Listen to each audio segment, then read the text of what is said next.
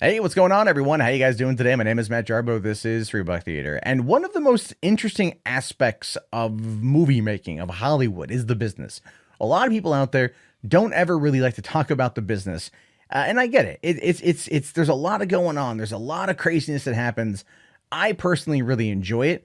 I find it to be as fascinating as the filmmaking process itself, especially when we start looking at like giant tentpole films or huge franchises, and you start hearing stories about how much the budget is, and you start hearing about how much things cost, and you start asking yourself, like, why does it cost this much? How does it cost this much? What the hell is going on when movies 30 years ago, in some cases, still look better than what we have today, cost excessively less? Like, what's going on? Well, a lot of that has to do with actors and their cost, right? Because really, when you cast an actor in this movie, you're putting them in it. They're the face of it. They're the people that are going to bring butts to the seats, right? And when you start looking at the highest paid list, it really does get interesting when you go year to year to year to year to year. Especially when you look at this one right here, because Scarlett Johansson is the highest paid actress for the second year in a row. Scarlett Johansson is the highest paid actress for the second year in a row. I mean, I have nothing against the woman personally, but I don't understand this in the damn slightest. But if you really start to actually think about it, it does make a lot of sense. Mostly because of what movies has she been in and how much money have they made. So it says here, Avengers Endgame, Scarlett Johansson has earned the leading spot and the highest paid actress list of 2019. According to Forbes, Johansson earned an impressive $56 million this year. The figure stems from her Marvel gigs, including her upcoming Black Widow movie, and the $35 million back end she earned from Avengers Endgame. So that wasn't like her upfront costs, right? Well, oftentimes you'll hear about actors taking points or taking a percentage, and that's not uncommon. Tom Cruise will often waive his fee for back end points, and that's where he makes a lot of money. Ghostbusters 2, if I recall correctly, the cast took back end points, and that was when they started to get paid, and they made a lot of money on Ghostbusters 2. If I recall, Indiana Jones and the Kingdom of the Crystal Skull, George Lucas, Harrison Ford, and Steven Spielberg took no fees until the movie itself crossed $400 million. Then they started to get paid, and they got paid pretty handsomely. But this is on the list here. Take a look at the list of who else is a highest paid actresses in 2019. So Scarlett is number one at 56 million. That's again from just being in really like one movie this year, plus the back end she made from that $2.789 billion. You've got Sofia Vergara, 44 million from being in Modern Family. And that's just, they're on their 10th and final season. She probably makes over $1 million an episode, and they do 21 episodes a year. That's the whole thing. That was Friends back in the 90s. The cast was making $1 million an episode by, I think, the 7th season. Seinfeld was the same thing. Each member was making over $1 million an episode. And that was in the 1990s when the money went a lot further than it did today.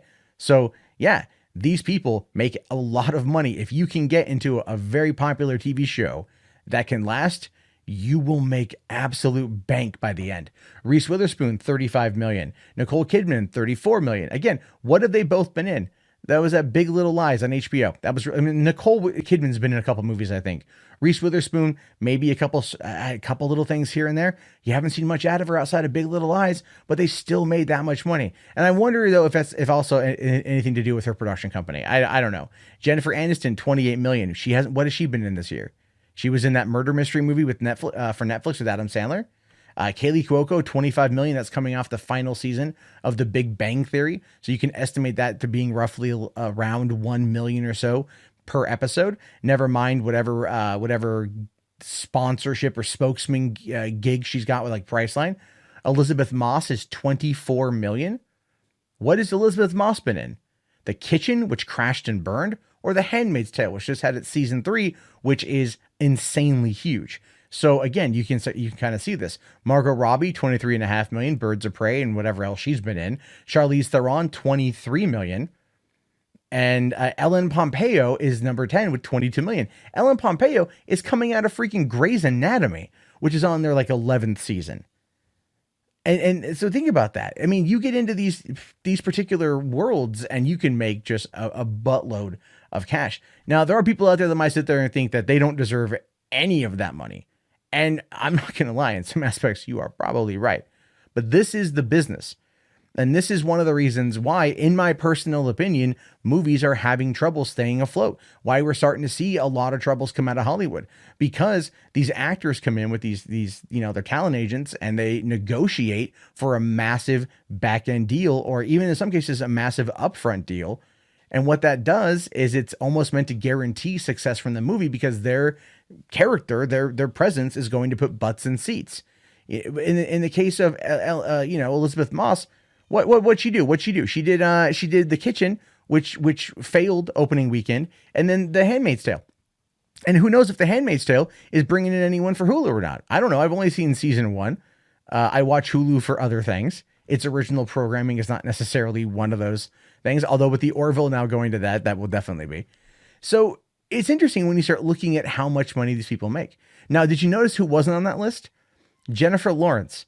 Jennifer Lawrence was the highest paid actress for a couple of years ago. She has since backed off a little bit, and now it's gone to Scarlett Johansson, who will probably not be on that list in 2020 because she's already been paid for Black Widow. And if Black Widow doesn't pull in Captain Marvel money, whatever money she's going to be making on the back end probably won't be anywhere near as much as what she did for Avengers Endgame. But at the same time, at what point in time do you make so much money that you just can't spend it all?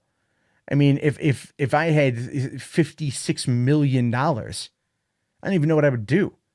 I really have no idea what I would do. $56 million. I would be like, well, bought my house, put my kids through college, bought a car. Would I still make YouTube videos that pull in like a couple dollars a pop? Probably, because I like doing it, but I just have a much nicer setup. Anyway, what would you do with $56 million? And do you think that this is legitimately something that is deserved? I am kind of curious to know your thoughts on this one. Do you think that actors just get paid too much money, and this is one of the things that's ultimately hurting the filmmaking industry? Let me know down in the comments below, or you guys can head on over to facebook.com/groups/3Buck Theater. Or if you want to talk to me live, come on over to Hollywood After Dark, which is my live show here on the channel between the hours of like 11 p.m. I think around usually 1 a.m. Pacific Standard Time. And I will talk to you guys later. Have yourself a great day, and peace out.